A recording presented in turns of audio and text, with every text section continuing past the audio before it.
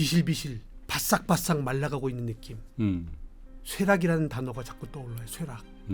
대한민국이 쇠락하고 있구나. 저는 이렇게 말하고 싶어요. 종합치과지수는 10년 뒤에도 지금 수준일 것이다. 아이고. 창자를 끊어내는 고통스러운 혁신과 구조개혁에 나서면은 가능합니다. 근데 그럴 확률이 높겠습니까? 정치는 기본적으로 많은 사람들이 원하는 거를 받아들이는 파퓰리즘 성격이 강할 수밖에 없는 게 정치인데 사람들의 고통을 요구하고 강요할 수 있는 강력한 지도자가 지금 나타날 수 있습니까? 피땀 흘려서 눈물을 흘려서 열심히 일해서 우리나라를 다시 일어세우자는 이런 주장을 하면은 꼰대 소리 하지 말라는 아마 비아냥이 돌아올 겁니다. 자, 선프로TV 시청자 여러분 그리고 투자자 여러분, 아이고 미국 시장도 정말 한 치 앞을 내다볼 수 없을 정도의 변동성에 시달리고 있고요. 우리는 이제 본격적인 대선 국면으로 또 접어들고 있죠. 대선의 결과가 어떻게 나오든지 간에 새로 시작하는 정부는 우리 주식시장의 어떤 스탠스 그리고 우리 자본시장에 특별히 외국인들에게 어떤 신호를 주는지가 아마 2025년 아니면 더 긴 기간 동안 우리 주식시장에 상당히 큰 영향을 줄 수밖에 없는 그런 상황으로 가는 것 같습니다. 이 변동성 시장에서 우리 정부에게 바라는 것 그리고 이 변동성이 주는 의미 그리고 우리는 어떤 투자의 자세를 가져야 되는지에 대해서 전 PCA 자산운용 대표시죠. 이원기 대표님을 오랜만에 모셔서 얘기를 좀 들어보겠습니다. 대표님 어서 오십시오. 안녕하십니까. 오랜만에 뵙겠습니다. 네. 뭐 미국 다녀오셨다고요? 네, 저희도 이제 글로벌 시장에 존재하는 이른바 정보의 비대칭성을 저희 선프로TV가 좀 깨보려고요. 아마 보도가 된 것 같은데 저희가 미국 진출 6개월 만에 의미 있는 진전이 있어서 어떻게 지내고 계십니까? 주식 투자는 여전히 하고 계실 거고요. 그건 뭐 평생 하긴 해야 되는 이제 유일한 취미이자 특기이자 뭐 고전하고 있습니다만. 우리 사회 참 힘들어졌어요. 그리고 분위기도 즐거움보다는 우울하고 슬픈 얘기들이 더 많고 물론 희망이 없는 건 아닙니다만 특별히 사업하시는 분들, 자영업하시는 분, 월급 생활자도 마찬가지입니다만 다 고통스러운데 우리 대한민국 어디로 가고 있다고 진단하고 계십니까? 제가 평생을 한국 전문가라고 자부하고 살아왔는데 한국이란 나라를 누구보다 잘 이해하고 잘 꿰뚫어보고 있다고 자부하며 살아왔는데 최근 10년, 15년의 대한민국의 모습은 굉장히 낯설어요. 이게 내가 사랑하고 이해해왔던 대한민국이 맞나? 완전히 다른 나라가 돼버린 것 같은 생경감을 느낍니다. 혈기왕성하고 막 역동적이고 에너지가 넘치던 대한민국이 시름시름 비실비실 바싹바싹 말라가고 있는 느낌. 쇠락이라는 단어가 자꾸 떠올라요. 쇠락. 대한민국이 쇠락하고 있구나. 있는 것 같아요. 그가 몇 년 만에 그렇게 된 것 같아요. 그렇죠. 지난 10여 년의 현상이라고 보여져요. 근데 그 역동적인 나라가 이 쇠락하는 이 전이가 너무 빨라서 너무 낯선 완전히 다른 나라처럼 느껴져요. 빨리 성장해서 더 그럴 수도 있겠죠. 그렇겠죠. 너무 빨리 성장하다 보니까 그게 꺾이는 그 하방의 프레셔도 굉장히 중소기업 하시는 분들, 자영업자들 또는 주식 투자하시는 분들의 그 고통과 마음고생이 느껴집니다. 들려요.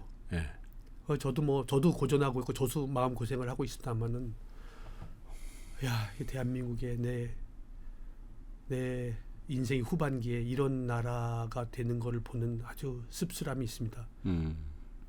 근데 AI 등등 기술의 발전은 눈부시다는데 왜 사람의 행태는 이렇게 더 퇴행적이 돼갈까요? 그러니까 그게 되게 역설적이에요. 제가 지난번 1년 전쯤에 출연했을 때도 그걸 제가 한번 너무 의아하다. 왜 인공지능, 집단지능의 시대라고 집단지성의 시대로 가는 21세기가 이렇게 퇴행적인 모습들이 많이 보일까? 이게 지금 같이 펼쳐지고 있어요. 19세기적 퇴행적인 모습과 예. 21세기적 첨단 인공지능 그러니까요. 시대의 모습이 예. 동시에 펼쳐지고 있어서 더 어리둥절합니다. 네. 어디에 초점을 맞춰야 할지. 음. 정치적 질서도 무너지고 외교적 질서도 무너지고 심지어 화폐적 질서도 무너지고. 근데 고전적 질서가 무너지면 보통 어떤 대공황 같은 게 온다는 두려움이 생기잖아요. 지금 네. 그런 사람들이 모종의 그런 두려움이 좀 두려움이 있는 것 있어요. 같아요. 예. 그러니까 더 급해지고 급해지고 예, 초조해지고. 뭔가 더 자기가 먼저 그것을 세이프하게 갖고 뭔가 안전지대로 가고 싶은 그런 느낌? 지금 힘든 것도 힘들지만 앞으로 전디미문에 겪어보지 못한 어려움이. 어려움이 올까봐 너무너무 심란하고 두려운 겁니다.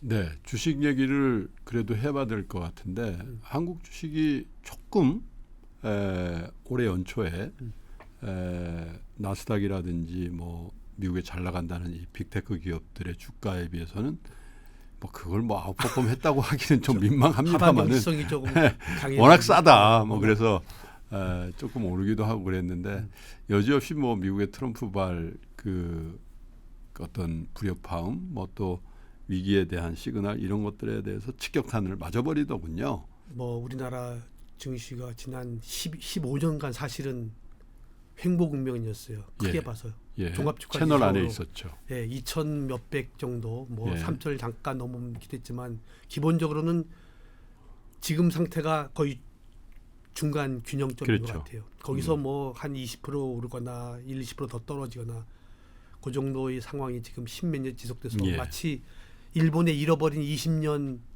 같은 현상처럼 느껴집니다. 예. 저는 이렇게 말하고 싶어요. 종합주가 지수는 10년 뒤에도 지금 수준일 것이다. 아이고. 단서가 하나 있어요. 우리가 네. 아무 행동도 안 한다면. 아.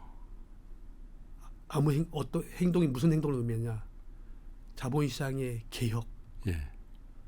주주 위주의 자본시장 문화의 정착, 예. 기업들의 혁신 이런 것이 이루어진다면 우리나라는 다시 제2의 도약기로 가는데 아무 행동도 하지 않으면은 주시장은 더 이상 오를 여력이 없다. 지금 우리가 흔히 하는 말이 하반기에는 경기가 좀 회복될 거다. 또는 내년에는 경기가 좀 회복될 거다. 그런 전망을 매년 하는데 한국이 지금 경기가 회복돼 봤자 2% 남짓 성장일 거예요.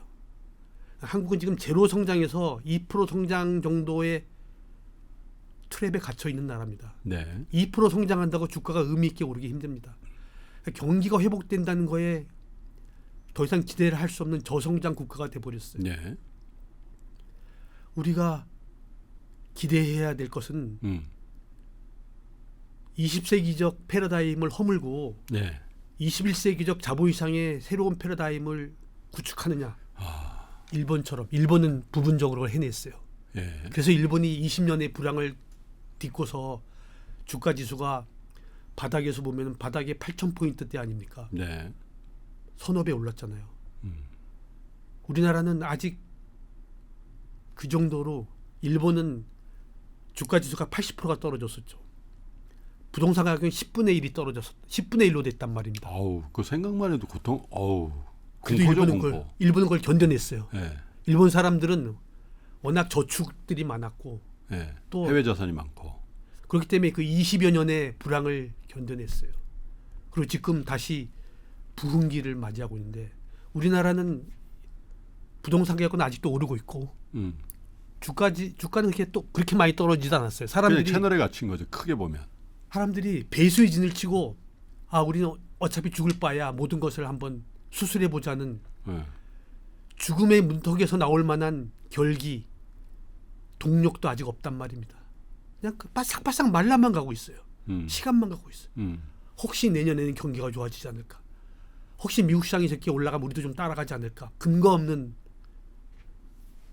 희망만 가지면서 희망 고문만 하고 있습니다. 한국은 아무 일도 안 하면은 10년 아니라 앞으로 20~30년 현재 지수 근처를 왔다 갔다 할 수가 있어요. 그나마 그것도 안 될 수도 있죠. 쭉 미끄러질 수도 있는 거잖아요. 아무 일도 안 하면.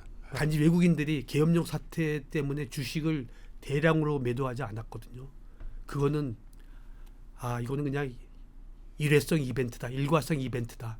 네. 한국이 이런 나라가 아니고 잠시 어떤 일탈된 행동 때문에 나온 일과성 이벤트고 네. 새로운 정부가 들어서서 새로운 정치적 질서가 새로 수립될 거라는 믿음이 있어요. 외국인. 복원력에 대한 신뢰가 어느 신뢰가 정도까지 있는 거죠. 그런데 그런데 만일 예. 우리가 대선 과정에서 또 네. 새로운 정부가 예. 그 기대를 우리나라가 다시 제대로 된 트랙으로 복귀하는 믿음을 심어주지 못하고 우리의 정치적 혼란과 반목과 데모와 정치적 리더십의 공백이 상수인 나라가 된다면 우리나라는 남미 같은 평가를 받는 거거든요. 그러면은 외국인들이 본격적인 주식 투매를 할 위험성이 있어요. 그때는 2,000포인트 이하를 각오해야 됩니다.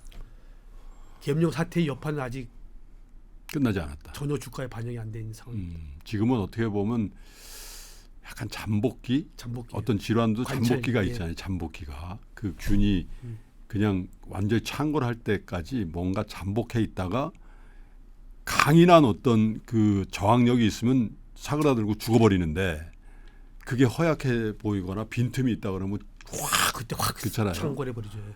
그런 기간이다는 거죠. 정말로 우리 현대사에서 매우 중요한 사건이 일어났고 그 사건을 처리하고 수습하는 우리의 모습에서 우리가 우리 주식시장이 리레이팅을 받을 수도 있고 네. 디레이팅을 받을 수도 있습니다. 한국이 한국은 위기를 이렇게 멋지게 수습한 나라구나 하고 보여주면은 한국은 세계 민주주의의 모범 국가라는 다시 존경을 받아서 오히려 주가의 상승 요인이 될 수 있어요. 네. 새로운 정부가. 근데 만일 한국은 민주적 헌법 질서로 뭔가를 해결할 수 없는 나라구나. 네. 무늬만 민주주의였던 나라구나 하는 네. 게 확인되면은 네. 한국 주식에 투자할 이제 아무런 이유가 없어요. 웬만한 산업 이제 중국에 다 따라잡혔어요. 주주 이익 보호 측면에서는 중국보다 더 취약해요. 한국 주식이 아무 매력 없어요. 우리 이미지가 강해지느냐 무너지느냐의 갈림길이 향후 몇 달에 달려 있어요. 잃어버린 20년 우리가 일본을 한때 비아냥거렸는데 우리나라 잃어버린 50년 겪을 수 있습니다. 정신 차리지 않으면은. 정신 차리려면은 극한의 위기와 고통이 와야 되는데 우리가 아직 그 정도 온 겁니까? 근데 일본은 아까도 말씀하셨지만 국부라는 관점에서 우리하고는 차원이 다른 국부가 있는 나라였고 그 20년 30년 전에 우리는 아직까지 그런 국부가 상대적으로 덜 있거나 또 국민성 자체가 저기는 수능적인 국민성을 갖고 있는데 우리는 그건 못 견디는 맞습니다. 국민성이거든요. 그러니까 더 힘들 거란 말이죠. 곧 우리가 느끼는 고통이라는 게 가계 부채도 일본보다 훨씬 많고 예. 생활 수준 자체가 일본 사람들 훨씬 높잖아요. 우리가. 그렇죠. 그 높은 생활 수준을 유지 못하는 데서 얼마나 느끼는 스트레스와 고통스럽겠어요. 좌절감. 예. 기대 수준과 현실의 괴리가 스트레스 그럼요. 아니겠어요. 예. 그러니까 우리가 훨씬 더 고통스럽게 느껴진단 말입니다. 음. 실제적 고통이 아니라 심리적 고통이에요. 이 경제 위기는 한국 사람들에게 정말 고문 같은 그러니까요. 잔인한 고통이 예. 지속되는데 예. 우리 이 고통을 빨리 끝내려면은 우리나라가 뭐가 잘못됐구나. 빨리 수술을 하자는 공감대가 형성돼야 되는데 그 네. 공감대가 형성됐습니까? 우리나라가 앞으로 어디로 가는 나라인지는 모르겠지만 예. 왜 이렇게 됐는지 진단할 수가 있어요. 예. 지난 10여 년간 우리나라 사람들이 이 일을 덜 하려고 노력을 한다. 워라밸 좋죠. 중요하죠. 워라밸 중요합니다. 인생을 즐기는 거 중요합니다. 단지 모든 일에는 대가가 있다는 말입니다. 일을 덜 하고 인생을 즐기는 것도 중요한데 그거의 대가는 경제 성장률의 급락이거든요. 예. 우리가 유럽 스타일의 인생을 추구한다면 유럽 국가들의 성장률을 흔쾌히 받아들여야 돼요.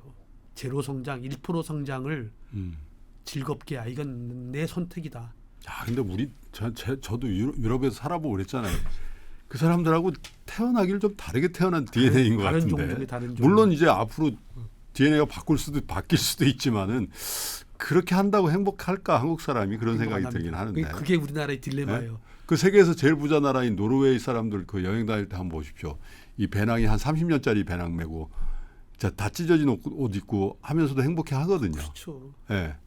우리는 다르거든요. 우리나라는 유럽 스타일의 인생을 추구하는데 네. 또 잘 살고 싶은 거예요. 돈도 많이 신상을 벌고, 입어야 돼요. 돈도 많이 벌고 남들한테 다 조목받는 멋진 인생을 살고 싶은 그러니까. 욕구는 여전히 강해요. 네. 이 두 개가 병원 입학 힘들다는 겁니다. 네. 일을 열심히 안 하고 잘 살 수 있는 방법이 있으면 저도 좀 배우고 싶은데 사실 없어요.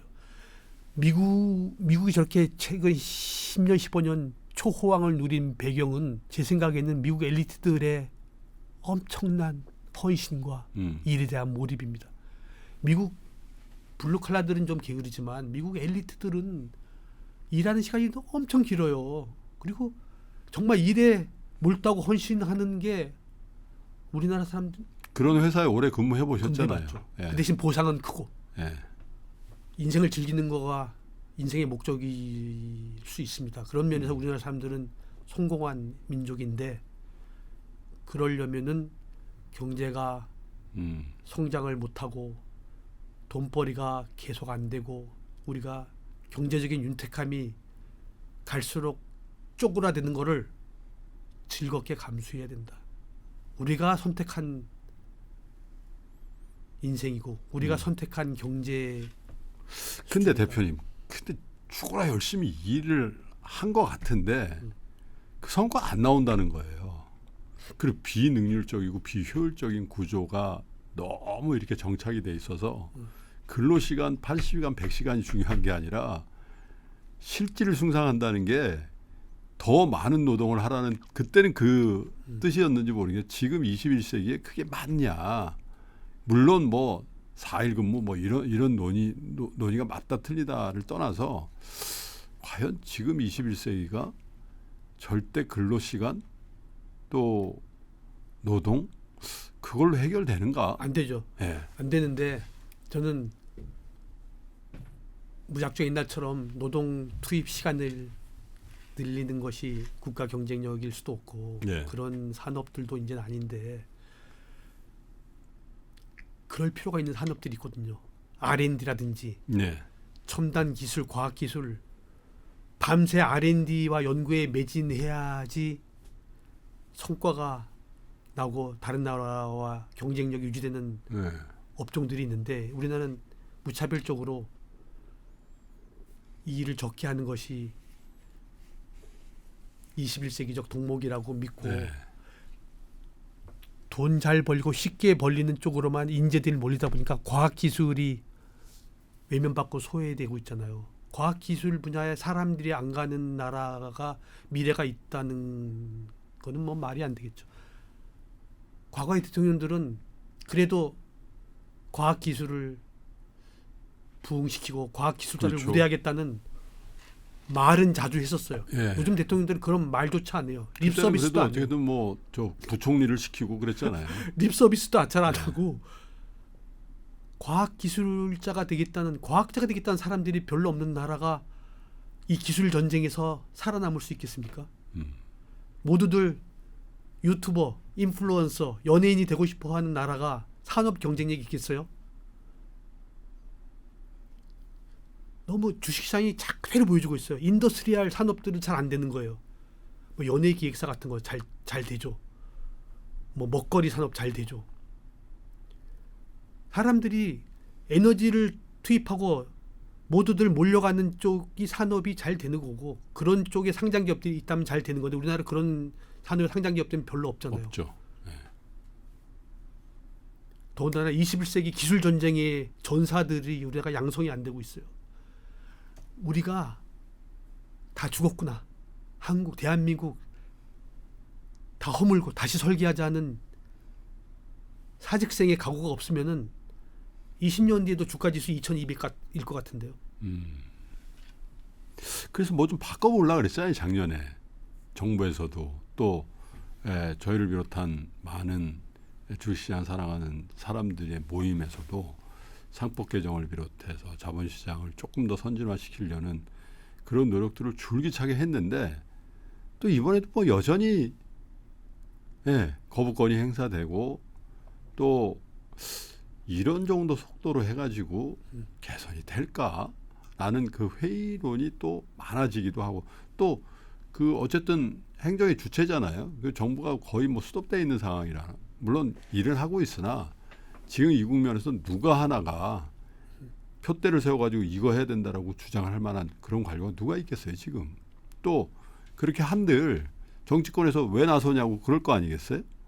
그래서 야 작년에 한참 밸류업이라는 그 상징어로 표상되는 우리 자본시장을 좀 바꿔보자는 그런 무브먼트가 있었는데 그게 뭐 관주도든 아니면 뭐 시민사회 주도든 간에 약간 표류한다는 느낌이 또 든단 말이에요. 그리고 최근에도 보면 뭐 보란 듯이 그런 거에 대해서 뭐 말도 안 되는 소리 하지 마라. 우리는 한다.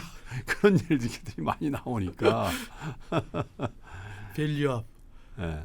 밸류업 작년에 제가 출연해서도 얘기했는데 참 하려면 독하게 제대로 해야 된다. 네. 하는 신용만 하면은 안 하는 이만 못할 거라는 생각을 했는데 밸류업은 언발의 오줌 누기라는 표현도 아까워요. 실제 기업들이 발표한 밸류업 프로그램 중에 뭐 기억나시는 거 있습니까? 한 회사도 임프레시브하게 기억날 만한 내용을 담은 프로그램을 발표한 회사가 없어요. 의지가 없는 거예요. 자기가 필요해서 자발적으로 우리 주가 이러면 안 되겠다. 자기가 나서서 한 게 아니라 정부에서 압력을 드니까 마지못해. 투자가들이 제주총회 와서 아우성을 치니까 마지못해 하는 신용만 하는 거예요. 우리도 밸류 프로그램에 참여했다는 신용만 하고 있는 거예요. 위기의식이 없어요. 주가가 이렇게 낮으면 우리 회사가 망하겠구나 하는 생각을 할 정도로 아직 주가가 대폭락한 거 아니거든요. 기본적으로 경영진들, 대주주의 자본시장, 주식시장, 주가에 대한 인식 전환이 없으면은 우리나라 대부분의 기존 회사들 주가 오를 이유 전혀 없습니다. 한국 주식 저평가됐다고요? 거짓말입니다. 한국 주식 저평가되지 않았습니다. 한국 주식은 지금 가장 우리 실력에 맞는 평가를 받고 있는 거예요. 저평가된 거 왜냐면은 회사가 돈 버는 돈에 거의 대부분을 주주를 위해서 쓰지 않는 회사니까 당연히 PER이나 PBR이 낮게 형성되는 거예요. 그게 제값인 거예요. 선진국은 10배인데 우리가 4배니까 저평가됐다 하는 거는 주주 이익 보호의 메커니즘이 완전히 다른 두 나라를 그렇죠. 계량적으로 분석하는 거죠. 사과랑 바나나랑 비교하는 거니까 말이 안 되는 거예요. 밸류업 프로그램 작년에 절박하게 우리 이게 마지막 기회라는 생각으로 추진했어야 되는데 신용만 하고 눈치만 보다가 정치적 권력이 공백 상태를 틈타 슬그머니 흐지부지 유야무야 됐어요. 상장 기업들이 자기가 주가가 낮은 것을 부끄러워하지도 않고 위기의식도 없어요. 근데 이거는 상장 기업들이 자기들이 왜 상장을 했고 주식시장의 메커니즘이 뭐고 주가가 낮으면 어떤 무서운 후과가 있는지 모르는 거예요. 무지의 소산이에요. 주가가 낮으면요 주식 투자자들만 기분 나쁜 것이 아니고 주가가 낮은 상태로 오래 지속되면 회사가 망합니다. 아무리 똑같은 돈을 계속 벌어도 주가가 너무 낮으면은 일단 그게 그 회사 이미지가 돼버려요. 사람들이 볼 때 저 회사는 주가가 형편없는 싸구려 회사야. 카운터파티들이 비즈니스 카운터파티들이 회사를 그렇게밖에 안 봅니다. 그 다음에 좋은 사람들이 입사를 안 해요. 주가가 높고 잘 놀라야 사람들이 이 회사 잘 되는가 보다 하고 좋은 인재들이 몰려들거든요. 주가가 형편없는 회사는요 인재들이 외면을 해요. 그 다음에 뭐 M&A를 하려고 해도 주가가 낮은 회사들은 좋은 회사를 M&A 할 자기 주식 자본의 힘이 안 생겨요. 인수 당해버리죠. 인수 당해버려요. 스몰 회사가 저주가 회사는 그 주가에 걸맞는 회사로 전락을 하게 되는 겁니다. 우리나라 지금 그렇게 되고 있어요. 주가가 지금 30년 전에 주가로 되돌아가는 회사들이 꽤 많습니다. 고점 대비 3분의 1, 5분의 1, 심지어 10분의 1 된 회사들도 꽤 있어요. 많이 있죠. 그런 회사들은요 결국 나중에 어떻게 되냐 소리 소문 없이 상장 폐지됩니다. 우리의 관심 속에 사라져 버려요. 주가가 낮은 것을 아무렇지도 않게 생각하고 승계하는데 세금 절약한다고 오히려 즐기고 마음속으로 흐뭇해하고 자기들에게 다가올 무서운 주시장의 저주가의 저주를 이해를 못하고 이해 안 되는 유상증자 대규모 유상증자가 계속 여기저기서 발표되고 분할 상장이 계속되고 밸류업이니 하면서 하는 행태는 2, 3년 전에 비해서 나아진 게 없거든요. 얼마나 많은 돈을 유상증자를 통해서 주식시장에서 회사가 빨아들였습니까? 얼마나 많은 회사들이 IPO를 통해서 자본을 조달했습니까? 이제 주식시장에 뭔가를 좀 돌려줘야 될 때예요. 버는 돈의 절반을 배당하겠다. 절반을 배당이나 자사주를 사겠다고 선언한 메리츠 금융 사례가 있잖아요. 성공적인 사례가 나왔어요. 귀감이 된 사례가. 그러니까요. 다른 비슷한 회사에 비해서 주가가 4배, 5배가 높습니다. 그렇죠. 뭐 메리츠 금융지주가 언제 신한지주를 이긴다는 상상을 해봤겠어요. PBR이 2배고 다른 네. 회사는 0.4배도 안 되는데. 네. 아니 이게 성공 사례가 나왔는데도 따라하지 않는 거는 의지가 없는 거거든요. 우리 회사를 주가를 올려야 되겠다는 의지가 없는 거니까 그냥 거기서 모든 게 끝난 거예요. 몰라서 안 한 것도 아니고. 그런 성공 사례가 있으면 그게 뭐 다 오픈된 거니까 그대로 하면 될 텐데. 누가 버는 돈 100% 배당 달라 그랬어요. 반만 배당이나 자사주 매수를 통해서 주주 환원을 하자고 해도 지금 우리나라에 버는 돈의 반도 배당 못할 정도로 새로운 분야, 새로운 산업에 계속 투자 수요가 왕성한 기업이 과연 있습니까? 없어요. 어떤 회사도 지금 신규 투자처가 많아서 돈 쓸 일이 많은 회사 거의 없어요. 배당 버는 돈의 절반 정도 배당할 여력은 모든 기업들이 다 있어요. 근데 안 하는 거는 의지가 없는 거예요. 주가를 좀 올려야 되겠다는 필요성과 의지가 없고 지금 주가를 자기들한테 유리하다고 즐기고 착각하는 건데 시간은 누구의 편일까요? 주식 투자가들이 주가를 올려달라고 아우성하는 게 아니에요. 우리나라 자본주의, 우리나라 경제를 살리자고 아우성하는 거예요. 상장 기업들이 주식 투자가들 손해 봤다고 정말 너무 시끄럽네. 배당 야 냈다 먹어라. 100원 좀 올려주라. 이 정도 차원에서 아직 밸류업을 생각하고 있는 것 같아요. 그래도 뭐 어쨌든 그 어떤 정부가 들어서든 간에 정부는 바뀌는 거니까 사실 그것도 뭐 좀 하려고 그랬는데 한 분위기가 있었는데 이런 정치적인 급변동기에 그냥 함몰돼 버리고 그 어떻게 매장당해 버린 그런. 근데 사실 그 관련 부처인 금융위의 그 담당자들이나 예를 들면 뭐 실무국장이나 이런 분들을 제가 만나볼 기회가 덜어 있었는데 굉장히 강한 의지가 있었어요. 그 실무 그룹에서는. 아마 대통령이 관심을 표하니까 네. 그 밑에 공무원들이 강한 의지를 다들 보였을 겁니다. 어쨌든요. 예. 그래서 뭐 어떤 동인이든 간에 그게 뭐 되면 되는 거니까. 근데 이게 뭐 12월 3일 날 기준으로 그런 동력이라는 게 완전히 없어져 버리고. 그렇다면은 진정한 의욕과 의지가 아니었던 거죠. 계엄령 사태 때문에 흐지부지될 정책과 의지였다면 처음부터 가짜였던 겁니다. 또 그러고 보니까 그런 말씀 하실 수 있겠네요.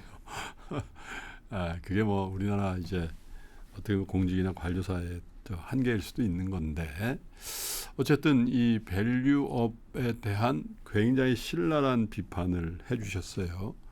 2부에서 조금 더 심각한 얘기를 좀 해보려고 합니다. 지금 800만 명이 넘는 이른바 서학개미로 불리는 우리 미국 투자자들이 있는데 이분들이 또 좀 문제예요.